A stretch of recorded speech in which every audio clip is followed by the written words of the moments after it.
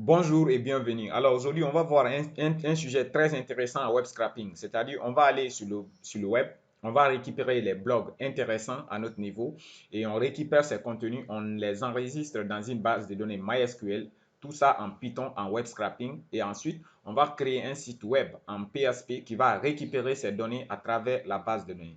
Donc sans plus tarder, nous allons commencer. M'excuse.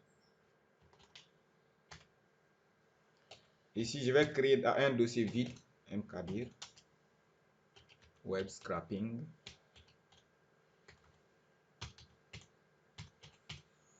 Blog, je vais l'appeler comme ça, ainsi. Et puis, je vais dans le dossier web scrapping blog. Et après, une fois dans ce dossier, je peux lancer maintenant mon Jupyter Notebook.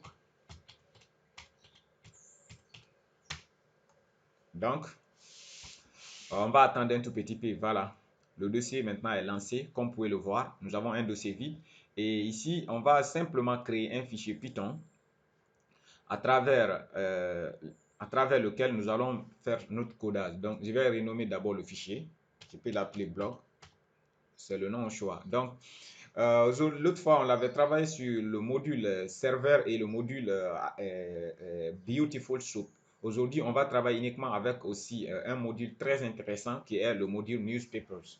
Alors, sans plus tarder, je vais d'abord importer. Donc, si par exemple vous n'avez pas le module, vous pouvez faire simplement pipe install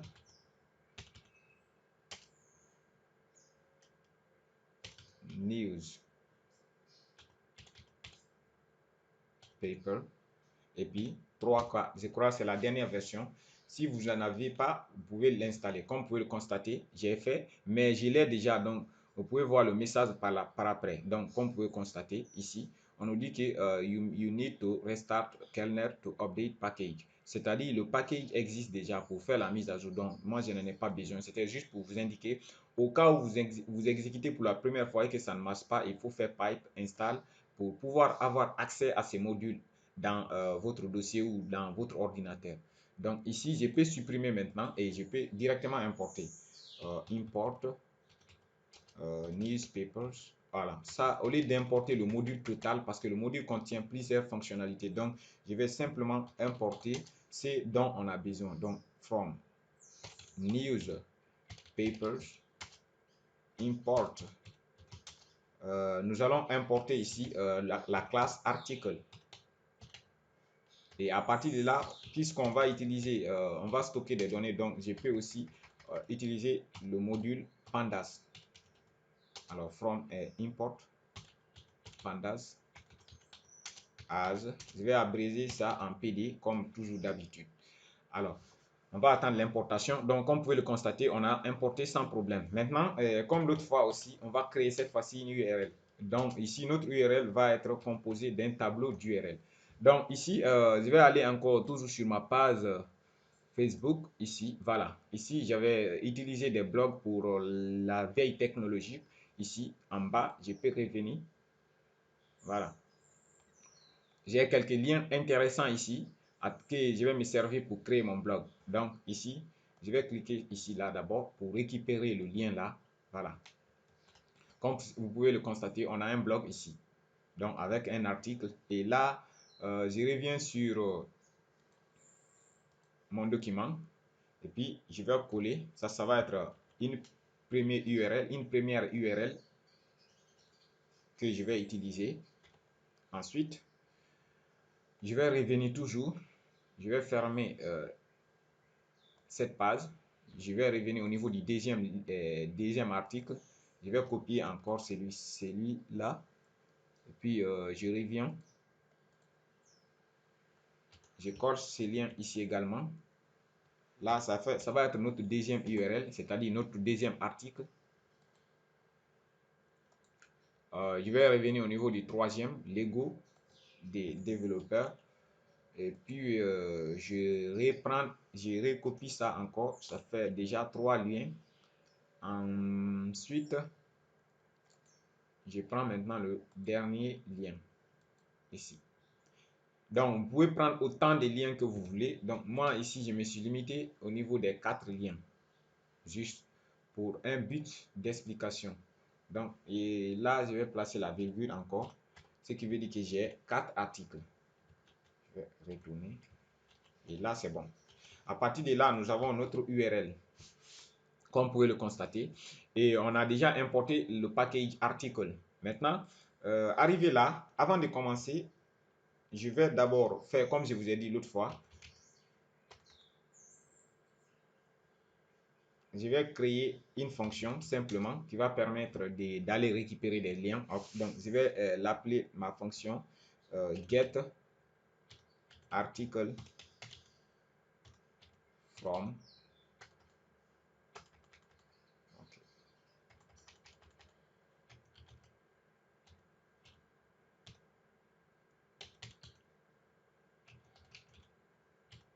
From URL. Et là, à partir d'ici, je vais simplement passer une URL et ma fonction va extraire les données à partir de cette URL. Donc là, je vais créer un objet article et je passe ma classe article pour créer l'objet. Et ici, la classe article prend l'URL. Et puis, après, l'objet que je viens de créer maintenant, il faut télécharger l'objet en local. D'où on aura download.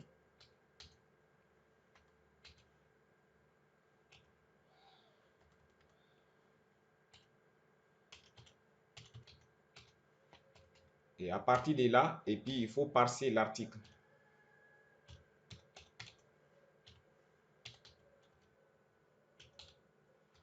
Donc, à partir de là, je peux revenir là, ici. Je retourne.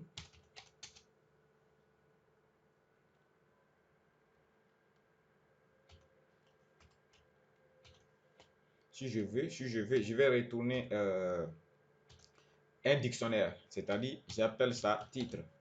Et dans titre, l'article maintenant contient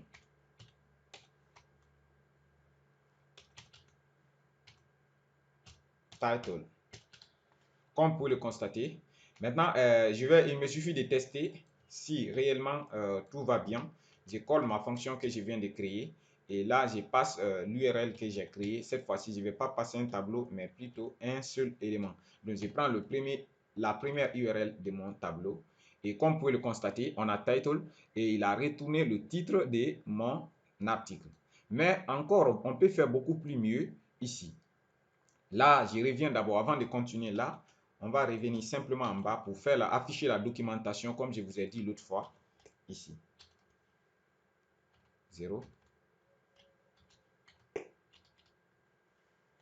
Et ensuite, je reviens là. Donc maintenant, d'ailleurs, il me dit quoi? Invalide syntaxe. OK. Oui, c'est normal. Donc on va revenir prendre l'article ici. Et puis, je fais ça pour afficher la docstring. Alors, comme vous pouvez le constater, on a maintenant la classe article et on a notre docstring ici qui nous indique, qui nous donne quelques informations essentielles sur l'objet en question. Donc, si vous travaillez, comme je vous ai dit, avec un objet, une méthode, vous ne connaissez pas, c'est la méthode, la meilleure façon de vous renseigner sur les données que vous pouvez obtenir à partir de cette méthode. Donc, maintenant, comme vous pouvez le constater, j'ai récupéré self ID, c'est-à-dire title. Donc, ce que j'ai fait ici, automatiquement, ma méthode m'a retourné le titre du premier article. Maintenant, ensuite, après le titre, nous allons voir encore top image. Bon, si cela vous intéresse, vous pouvez prendre, mais moi, dans ce cas, je préfère laisser. Maintenant, je vais prendre image. Ça, on va essayer de voir l'image. Si ce n'est pas vide, on continue. Sinon, si c'est vide, on le laisse. Et là, je vais formater ici mon dictionnaire. Et puis, je place la virgule. Là, je vais l'appeler ici image. Et puis, ensuite, je prends encore article, point. Comme vous pouvez le constater, je ne fais que copier-coller. Donc, je prends IMS. Et là, comme on aura un tableau qui va nous retourner un tableau. Et là, quand j'exécute, je réexécute. Comme vous pouvez le constater maintenant, on a un tableau d'images maintenant. Vous voyez, toutes les images qui se trouvent dans notre article sont là. Vous voyez. Donc, après cette partie également, je peux revenir encore placer la virgule et je redescends en bas. J'ai récupéré toutes les images. Je vais récupérer encore toutes les vidéos, c'est-à-dire all video on in this article, YouTube, Vimeo, etc. Donc ici encore, je vais récupérer les vidéos. C'est intéressant dans un article de récupérer aussi des vidéos. Et je vais appeler ceci vidéo et ensuite des points article. Et puis j'accède à l'objet vidéo. Si je reviens, je réexécute et je reviens en bas. Donc je crois que je n'ai pas exécuté ça encore. Voilà. Et puis je vais voir, voilà, on a un objet vide. Donc ce qui veut dire que notre premier article n'a aucune vidéo. Donc après ça encore, après avoir récupéré la vidéo, on peut venir voir texte, body text from this article, c'est-à-dire le corps de notre article. Ici, donc je reviens encore toujours dans ma méthode. Ici, je l'appelle ça contenu. Et puis, j'appelle article, notre objet. Et puis, je colle texte, virgule. Et là, je ne vais plus tester maintenant ça. Je vais redescendre. Après texte, on a meta keyword. Meta keyword are extract via parse from meta tag. Donc, ce sont des mots de passe qui sont retenus à partir de l'entête. Dans l'entête, par exemple, on peut mettre meta, content, on met et keywords égale, ainsi de suite. Mais là, je préfère tag là, parce que tag là donne beaucoup de renseignements. Donc, ici, on va prendre tag qui va retourner un set. Et là, ici, je vais l'appeler ici tag, simplement. Et puis, je mets article, point, tag. Et j'ai récupéré le titre de notre blog, les images de notre blog, les vidéos de notre blog, le contenu de notre blog. Et je crois après ça, on pourrait se limiter à non. Il y a encore un élément intéressant, c'est-à-dire dans un article, il faut toujours récupérer les créateurs, c'est-à-dire ceux qui ont fait cet article. Donc, je vais l'appeler ici auteur, c'est-à-dire des auteurs. Comme vous pouvez le constater, il va retourner un tableau d'auteurs, car un article peut avoir un ou plusieurs auteurs. Donc, ici, je mets authors. Et là, à partir de là, voilà, date aussi. La date est intéressante aussi dans un article. Donc, je vais prendre également la date. Et je crois, après ça, on pourrait se limiter de ça. On a maintenant date. Et là, après date, on a article. Et puis, publish date. Après publish date, author, summary pour le résumé de l'article. Bon, généralement, les articles n'ont pas de résumé. Et je pense que c'est bon. On a fait ce qu'il fallait. On a fait l'essentiel. Donc, je peux maintenant enlever notre docstring là. Et ensuite, je peux tester, voir tout. Voilà. Et comme vous pouvez le constater maintenant, on a tout ce qu'il faut. Non, là, je n'ai pas compilé ça d'abord. Voilà, 13. Et ensuite, je vais récompiler pour voir notre méthode. Alright, c'est bon. On a vidéo. Non. Pourquoi? Voilà. 13.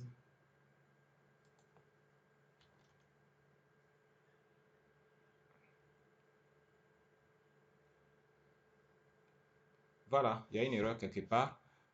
J'ai dû oublier une virgule ou quoi, le problème. Syntax error contenu. Contenu. Oui, article, texte. Ouais, avant article, j'ai oublié une virgule. Voilà, ça va. Donc, à partir de maintenant, on a tout ce qu'il faut. On a le texte, le contenu de l'article. On a en bas ici les tags, c'est-à-dire bonne pratique, développement, ainsi de suite. On a les auteurs. Ici, on a un auteur, deuxième auteur, ainsi de suite. Et ensuite, la date de publication, date time, comme vous pouvez le constater. Voilà. Et après ça, maintenant, qu'est-ce qu'on va faire?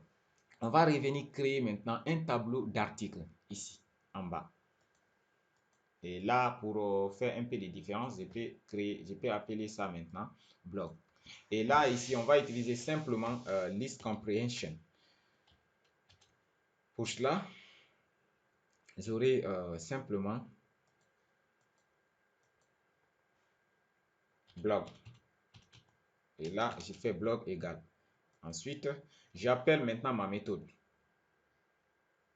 Et je peux même enlever ça. Voilà. Et j'appelle la méthode là, ici.